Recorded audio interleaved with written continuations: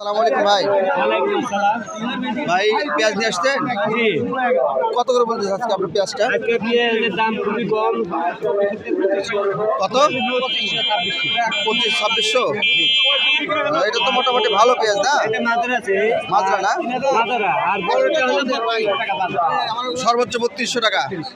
এই আমাদের বাজার নলনাগা বাজারে হাট মানে পেঁয়াজের বাজার এই আজকে। যে এটা বেচতে আমাদের কোনো কৃষকের কোনো তো আজকে তো মনে করেন অনেক পেঁয়াজ দেখলাম যে অফ সিজনে এত পেঁয়াজ আমি তো এত কোনোদিন দেখিনি। তো এত পেঁয়াজ সম্পর্কে আপনার কি ধারণা যে মুড়ি কাটা পেঁয়াজ লাগালে দাম হতে পারে নাকি?